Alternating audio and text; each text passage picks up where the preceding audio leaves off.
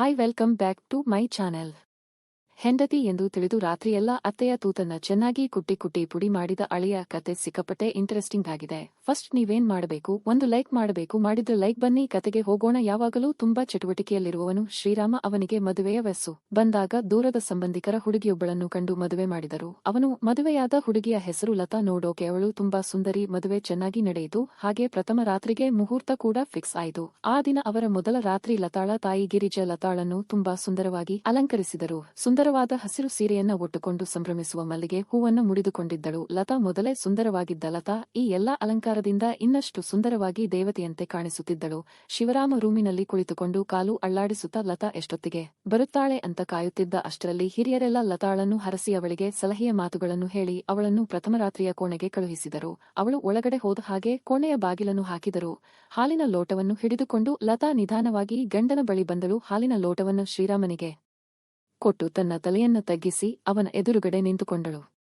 ಶ್ರೀರಾಮ ಕೂಡಲೇ ಲತಾಳನ್ನು ತಬ್ಬಿಕೊಂಡು ಕೆನ್ನೆಗೊಂದು ಮುತ್ತಿಟ್ಟ. ತನ್ನ ಗಂಡ ಹಾಲಿನ ಲೋಟದ ಕಡೆ ನೋಡದೇ ಇರುವುದನ್ನು ನೋಡಿ, ನಿಮಗೇನು ಅಷ್ಟು ಅರ್ಜೆಂಟ್, ಮೊದಲು ಹಾಲನ್ನು ಕುಡಿಯಿರಿ, ಆಮೇಲೆ ಈ ಕೆಲಸ ಅಂದಳು. ಆದರೆ ಶಿವರಾಮನಿಗೆ ಹಾಲಿನ ಮೇಲೆ ಆಸಕ್ತಿಯೇ ಇರಲಿಲ್ಲ. ನೀನು ಮೂಡಿದಂತಹ ಈ ಮಲ್ಲಿಗೆಯ ಸುವಾಸನೆ ನನಗೆ ಅಮಲೇರಿಸುತ್ತಿದೆ. ಇಷ್ಟು ಸುಂದರ ಹೆಂಡತಿಯನ್ನು ಬಿಟ್ಟು ನಾನು ಹಾಲು ಕುಡಿಯುತ್ತ ಹೇಗೆ ಕುಳಿತುಕೊಳ್ಳಬಹುದು ಅಂತ ಹೆಂಡತಿಗೆ ನಗುತ್ತಾ ಹೇಳಿದನು. ಸಾಕು ಸಾಕು ಎಂದು ಲತಾ ಅವನ ಕೈಯಿಂದ ತಪ್ಪಿಸಿಕೊಂಡು ಹಾಲಿನ ಗ್ಲಾಸನ್ನು ತೆಗೆದುಕೊಂಡು ಅವನಿಗೆ ಕುಡಿಯಲು ಕೊಟ್ಟಳು. ಶಿವರಾಮ ಅವಸರದಲ್ಲಿ ಸ್ವಲ್ಪ ಹಾಲನ್ನು ಕುಡಿದು ಉಳಿದದ್ದನ್ನ ಗೀತಾಳಿಗೆ ಕುಡಿಯಲು ಕೊಟ್ಟನು. ಲತಾ ಸ್ವಲ್ಪ ಬಗ್ಗ ಅವನ ಕಾಲಿಗೆ ನಮಸ್ಕಾರ ಮಾಡಿದಳು. ಶಿವರಾಮ ಲತಾಳನ್ನು ಎರಡು ಕೈಯಿಂದ ಮೇಲಕ್ಕೆತ್ತಿ ಅವಳ ತುಟಿಗೆ ಒಂದು ಮುತ್ತನಿಟ್ಟು, ಇಂತಹ ಸಂಸ್ಕಾರ ಇರುವ ಹುಡುಗಿಯನ್ನು ನಾನು ಮದುವೆಯಾಗಿದ್ದು ನನ್ನ ಅದೃಷ್ಟ ಅಂದುಕೊಂಡನು. ಹಾಗೆ ಅವಳನ್ನು ಪ್ರೀತಿಯಿಂದ ಎತ್ತುಕೊಂಡು ಗರಗರನೆ ತಿರುಗಿಸಿ ಮಂಚದ ಮೇಲೆ ಕರೆದುಕೊಂಡು ಹೋದ. ಹಾಗೆ ಬೆಳಗ್ಗೆಯಾಗುವವರೆಗೂ ಅವಳ ಜೊತೆ ಎಂಜಾಯಜ್ಜಾ ಮಾಡುತ್ತಾ ಆ ರಾತ್ರಿಯನ್ನು ಕಳೆದ. ಒಂದೆರಡು ದಿನ ಇದೇ ರೀತಿ ಕಳೆದವು. 24 ಗಂಟೆಗಳ ಕಾಲ ಶಿವರಾಮ ತನ್ನ ಹೆಂಡತಿಯನ್ನು ಬಿಟ್ಟು ಹೋಗುತ್ತಲೇ ಇರಲಿಲ್ಲ.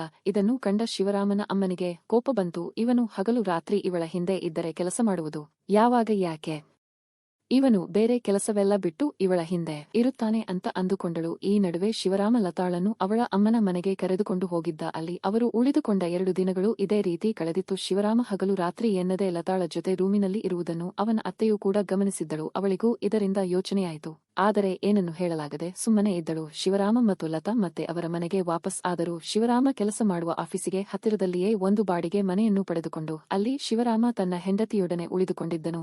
ಶಿವರಾಮ ಮತ್ತು ಲತಾ ಸಮಯ ಸಿಕ್ಕಾಗಲೆಲ್ಲ ಎಂಜಾಯ್ ಮಾಡುತ್ತಿದ್ದರು. ಇದರ ಪರಿಣಾಮ ಕೆಲವೇ ತಿಂಗಳಲ್ಲಿ ಲತಾ ವಾಂತಿ ಮಾಡಿಕೊಂಡಳು. ಗಂಡ ಕೆಲಸಕ್ಕೆ ಹೋದಾಗ ಅವನಿಗೆ ಫೋನ್ ಮಾಡಿ ನನಗೆ ಮಾವಿನ ಹಣ್ಣು ತಿನ್ನಬೇಕು ಅಂತ ಹೇಳಿದಳು. ಅಷ್ಟು ಮಾತ್ರವಲ್ಲದೆ ತನ್ನ ಅಮ್ಮನಿಗೆ ಕೂಡ ಫೋನ್ ಮಾಡಿ ತಾನು ತಾಯಿಯಾಗುತ್ತಿರುವ ಬಗ್ಗೆ ತಿಳಿಸಿದಳು. ಲತಾಳ ತಾಯಿಗೆ ತುಂಬಾ ಸಂತೋಷವಾಯಿತು. ಆದರೆ ಇನ್ನೊಂದೆಡೆ ಭಯವೂ ಕೂಡ ಶುರುವಾಯಿತು. ಯಾಕೆಂದರೆ ತನ್ನ ಅಳಿಯ ಯಾವಾಗಲೂ ಅವಳ ಹಿಂದೆ ಇರುತ್ತಿದ್ದ. ಮೊದಲೇ ಅವಳು ಸ್ವಲ್ಪ ವೀಕ್ ಆಗಿದ್ದಾಳೆ. ಇನ್ನು ಅವನು ಹಗಲಿರುಳು ಎನ್ನದೇ ಈ ರೀತಿ ತೊಂದರೆ ಕೊಟ್ಟರೆ ಅವಳ ಕತೆ ಏನಾಗಬಹುದು ಅನ್ನುವ ಭಯವಾಯಿತು. ಸ್ವಲ್ಪ ದಿನದ ಮಟ್ಟಿಗಾದರೂ ಅವರಿಬ್ಬರನ್ನು ದೂರ ಇಡುವುದು ಒಳ್ಳೆಯದು ಅಂತ ಅಂದುಕೊಂಡಳು. ಹಾಗಾಗಿ ಅಳಿಯನ ಮನೆಗೆ ಹೋದಳು.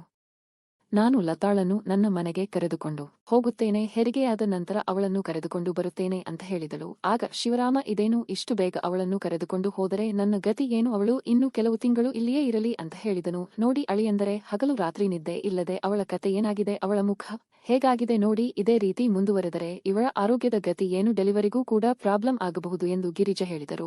ನೀವು ಸ್ವಲ್ಪ ದಿನ ಹೋಟೆಲ್ನಲ್ಲಿ ಊಟ ಮಾಡಿ ಅಡ್ಜಸ್ಟ್ ಮಾಡಿಕೊಳ್ಳಿ, ಆಮೇಲೆ ಅವಳು ಹೇಗಿದ್ದರೂ ಇಲ್ಲಿಗೆ ಬರುತ್ತಾಳೆ, ಯಾವಾಗಲೂ ನಿಮ್ಮ ಜೊತೆಯೇ ಇರುತ್ತಾಳೆ ಅಂತ ಗಿರಿಜಾ ಹೇಳಿದರು. ಹಾಗೆ ಲತಾಳನ್ನು ತನ್ನ ಜೊತೆ ಕರೆದುಕೊಂಡು ಹೋದರು. ಶಿವರಾಮ ಯಾವಾಗಲೂ ಹೆಂಡತಿಯ ಜೊತೆಯೇ ಇದ್ದಿದ್ದರಿಂದ ಅವನಿಗೆ ಅದರ ರುಚಿ ಹತ್ತಿತ್ತು. ಕತ್ತಲಾದರೆ ಸಾಕು ಶಿವರಾಮನಿಗೆ ನಿದ್ದೆ ಬರ್ತಿರಲಿಲ್ಲ. ರಾತ್ರಿ ಇಡೀ ಹೆಂಡತಿಯೊಂದಿಗೆ ವಿಡಿಯೋ ಕಾಲ್ನಲ್ಲಿ ಮಾತನಾಡುತ್ತಿದ್ದ. ಹೀಗೆ 10 ದಿನಗಳು ಕಳೆದವು. ಲತಾ ಇಲ್ಲದೆ ನನಗೆ ಬದುಕಲು ಸಾಧ್ಯವೇ ಇಲ್ಲ, ಅದೇನೇ ಆಗಲಿ ನಾನು ನಿಮ್ಮ ಮನೆಗೆ ಬರುತ್ತೇನೆ ಅಂತ ಹೆಂಡತಿಗೆ ತಿಳಿಸಿದ. ಅಲ್ಲಿಂದ ತನ್ನ ಅತ್ತಿಯ ಮನೆಗೆ ಹೊರಟು ಬಿಟ್ಟ. ತನ್ನ ಗಂಡ ಬರುತ್ತಿದ್ದಾನೆ ಅನ್ನುವ ಸಂತೋಷ ಲತಾಗೂ ಕೂಡ ಇತ್ತು. ಅವಳಿಗೂ ಗಂಡನಿಲ್ಲದೆ ಇರಲು ಕಷ್ಟವಾಗುತ್ತಿತ್ತು. ಅತ್ತೆ ಮನೆಯನ್ನು ಸೇರಿದ ಶಿವರಾಮ ಅತ್ತೆ ಚೆನ್ನಾಗಿದ್ದೀರಾ ಅಂತ ಮಾತನಾಡಿಸಿ ನೇರವಾಗಿ ಲತಾಳ ಕೋಣೆಗೆ ಹೋದ. ಅವಳು ಅಲ್ಲಿ ಇರಲಿಲ್ಲ. ಅವನ ಅತ್ತೆ ಅವನಿಗೆ ಕುಡಿಯಲು ನೀರು ತಂದುಕೊಟ್ಟರು. ಈ ನೀರೆಲ್ಲ ಯಾಕೆ, ನನಗೆ ನನ್ನ ಹೆಂಡತಿ ಬೇಕು, ಏನು ಮಾಡುತ್ತಿದ್ದಾಳೆ ಅಂತ ಮನಸ್ಸಿನಲ್ಲಿ ಅಂದುಕೊಳ್ಳುತ್ತಾ ಅತ್ತೆಗೆ ಲತಾ ಎಲ್ಲಿ ಹೋಗಿದ್ದಾಳೆ ಅಂತ ಕೇಳಿದ. ಅತ್ತೆ ಅವಳು ಸ್ನಾನ ಮಾಡುತ್ತಿದ್ದಾಳೆ, ಇನ್ನೇನು ಬರುತ್ತಾಳೆ ಅಂತ ಹೇಳಿ ಹೋದರು. ಅಷ್ಟರಲ್ಲಿ ಲತಾ ಸ್ನಾನ ಮಾಡಿಟ್ಟು ಹೊರಗೆ ಬರುತ್ತಿದ್ದಳು. ಲತಾಳ ಅಮ್ಮ ಅವಳ ಹತ್ತಿರ ಹೋಗಿ, ನಿನ್ನ ಗಂಡ ಬಂದಿದ್ದಾನೆ, ಅವನು ನಿನ್ನನ್ನು ಕರೆಯುತ್ತಿದ್ದಾನೆ, ಒಳಗೆ ಹೋಗಿ ಸ್ವಲ್ಪ ಹೊತ್ತು ಮಾತನಾಡಿಕೊಂಡು ಬಾ, ಅವನ ಮಾತು ಕೇಳಿಕೊಂಡು ಹುಚ್ಚುತನದ ಕೆಲಸ ಮಾಡಬೇಡ ಅಂತ ಮಗಳಿಗೆ ಬುದ್ಧಿ ಹೇಳಿದಳು. ಲತಾ ಆಯ್ತು ಅಂತ ಹೇಳಿ ಕೋಣೆಯೊಳಗೆ ಹೋದಳು ಲತಾ. ಕೋಣೆಯನ್ನು ಪ್ರವೇಶಿಸಿದ ಕೂಡಲೇ ಶಿವರಾಮ ಅವಳನ್ನು ಹಿಡಿದುಕೊಂಡನು. ಅಯ್ಯೋ ಬಿಡಿ, ಅಮ್ಮ ಬರುತ್ತಿದ್ದಾಳೆ ಅಂತ ಲತಾ ತಪ್ಪಿಸಿಕೊಂಡಳು. ಅಷ್ಟರಲ್ಲಿ ಲತಾಳ ಅಮ್ಮ ಬಿಸಿ ಬಿಸಿಯಾದ ತಿಂಡಿಯನ್ನು ಮಾಡಿಕೊಂಡು ಬಂದು ಅಳಿಯಂದ್ರೆ ತಗೊಳ್ಳಿ ತಿನ್ನಿ ಅಂತ ಶಿವರಾಮನಿಗೆ ಕೊಟ್ಟಳು. ಶಿವರಾಮ ಲತಾಳಿಂದ ಸ್ವಲ್ಪ ದೂರ ಹೋಗಿ ಕುಳಿತು, ಸರಿ ಅತ್ತೆ, ಅದನ್ನು ಇಲ್ಲಿ ಹಿಟ್ಟು ಹೋಗಿ, ನಾನು ಆಮೇಲೆ ತೆಗೆದುಕೊಳ್ಳುತ್ತೇನೆ ಅಂತ ಹೇಳಿದನು. ಆಗ ಗಿರಿಜೆ ತನ್ನ ಮಗಳನ್ನು ಪಕ್ಕಕ್ಕೆ ಕರೆದು, ನೀನು ಇಲ್ಲಿ ಚೆನ್ನಾಗಿದ್ದೀಯ, ಅವನು ಮನೆಗೆ ಬಾ ಅಂತ ಕರೆದರೆ ಅವನ ಮನೆಗೆ ಹೋಗಿ ನಿಮ್ಮ ಮನೆಯಲ್ಲಿ ತೊಂದರೆಗಳಿಗೆ ಸಿಕ್ಕಿ ಹಾಕಿಕೊಳ್ಳಬೇಡ, ಅವನೇನಾದರೂ ಕರೆದರೆ ಬರುವುದಿಲ್ಲ ಅಂತ ಹೇಳು ಅಂತ ಹೇಳಿದಳು. ಅದಕ್ಕೆ ಲತಾ ಆಯ್ತು ಅಂತ ಒಪ್ಪಿಕೊಂಡಳು. ಆ ದಿನ ಶಿವರಾಮ ಅವರ ಮನೆಯಲ್ಲಿಯೇ ಉಳಿದುಕೊಂಡ. ರಾತ್ರಿ ಎಲ್ಲರೂ ಊಟಕ್ಕಾಗಿ ಕುಳಿತಿದ್ದರು. ಲತಾಗೆ ಏನನ್ನೂ ತಿನ್ನುವ ಮನಸ್ಸಿರಲಿಲ್ಲ. ಅಮ್ಮ, ನಿನ್ನ ಅಳಿಯನಿಗೆ ಊಟ ಮಾಡಿಸು, ನಾನು ಮಲಗುತ್ತೇನೆ ಎಂದು ಒಳಗೆ ಹೋದಳು. ಶಿವರಾಮ ಅತ್ತೆಯ ಜೊತೆ ಊಟ ಮಾಡಲು ಕುಳಿತನು. ಮಾವ ಇನ್ನೂ ಬಂದಿಲ್ಲವೇ ಅಂತ ಶಿವರಾಮ ಅತ್ತೆಯನ್ನು ಕೇಳಿದನು. ಇಲ್ಲ, ಅವರು ಇನ್ನೂ ಬಂದಿಲ್ಲ, ಅವರು ಯಾವಾಗಲೂ ಹೀಗೆ ಮಾಡುತ್ತಾರೆ, ಸದಾ ಬಿಸಿನೆಸ್ ಅಂತ ಇರುತ್ತಾರೆ, ಎಷ್ಟೊತ್ತಿಗೆ ಬರುತ್ತಾರೋ ಹೋಗುತ್ತಾರೋ ನನಗೆ ಗೊತ್ತಿಲ್ಲ ಅಂತ ಅತ್ತೆ ಹೇಳಿದಳು. ಊಟವಾದ ನಂತರ ಲತಾಳ ತಾಯಿ ಮಗಳನ್ನು ತನ್ನೊಂದಿಗೆ ಹಾಲಿನಲ್ಲಿ ಮಲಗಲು ಹೇಳಿದರು. ಶಿವರಾಮ ಒಳಗಡೆ ಬೆಡ್ರೂಮಲ್ಲಿ ಮಲಗಿದ್ದನು. ತನ್ನ ಹೆಂಡತಿ ತನ್ನ ಜೊತೆಯಲ್ಲಿ ಮಲಗಲಿಲ್ಲ ಅಂತ ಶಿವರಾಮನಿಗೆ ತುಂಬಾ ಕೋಪ ಬಂತು. ನನ್ನ ಜೊತೆ ಮಲಗುವುದಕ್ಕೆ ಲತಾಗೂ ಇಷ್ಟವಿದೆ, ಆದರೆ ಇವರು ನಮಗೆ ತೊಂದರೆ ಕೊಡುತ್ತಿದ್ದಾರೆ ಅಂತ ಅಂದುಕೊಂಡನು. ಮಧ್ಯರಾತ್ರಿ ಎಚ್ಚರವಾಗಿ ಶಿವರಾಮ ಬಚ್ಚಲು ಮನೆಗೆ ಹೋಗುತ್ತಾನೆ. ಆ ಸಮಯದಲ್ಲಿ ಲತಾ ಸರಿಯಾಗಿ ನಿದ್ದೆ ಬರದೆ ಒಳಗಡೆ ಹೋಗಿ ರೂಮಿನಲ್ಲಿ ಮಲಗಿಕೊಂಡಿದ್ದಳು. ಲತಾಳ ಅಮ್ಮ ಸೋಫಾದಲ್ಲಿ ಮಲಗಿದ್ದರು.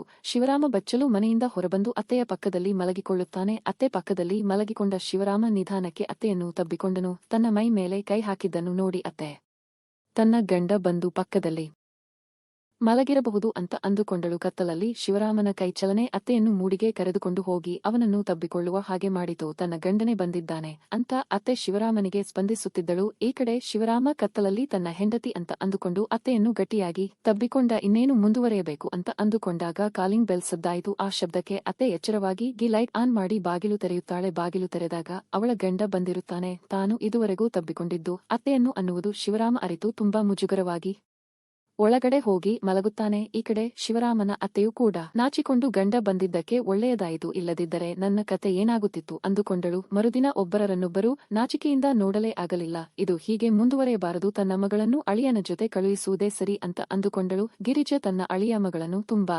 ಪ್ರೀತಿಸುತ್ತಿದ್ದಾನೆ, ಅವರಿಬ್ಬರನ್ನು ಬೇರ್ಪಡಿಸುವುದಕ್ಕೆ ಆಗುವುದಿಲ್ಲ. ಅವನ ಜೊತೆ ಮಗಳು ಕೂಡ ಇಷ್ಟೊಂದು ಸಂತೋಷವಾಗಿ ಇರುತ್ತಾಳೆ ಅಂದರೆ ನಾನು ಅವರಿಗೆ ತೊಂದರೆ ಕೊಡಬಾರದು ಅಂದುಕೊಂಡಳು. ಮರುದಿನವೇ ಲತಾಳನ್ನು ಶಿವರಾಮನ ಜೊತೆ ಅವನ ಮನೆಗೆ ಕಳುಹಿಸಿಕೊಟ್ಟಳು. ಈ ಕತೆ ಇಲ್ಲಿಗೆ ಮುಗಿಯುತ್ತದೆ. ಕತೆ ಇಷ್ಟವಾಗಿದ್ರೆ ಲೈಕ್, ಶೇರ್, ಕಮೆಂಟ್ ಮಾಡೋದನ್ನ ಮರಿಬೇಡಿ. ಇಂತಹ ಇನ್ನಷ್ಟು ಇಂಟರೆಸ್ಟಿಂಗ್ ಕತೆಗಳಿಗಾಗಿ ನನ್ನ ಚಾನೆಲ್ನ ಸಬ್ಸ್ಕ್ರೈಬ್ ಮಾಡಿಕೊಳ್ಳಿ.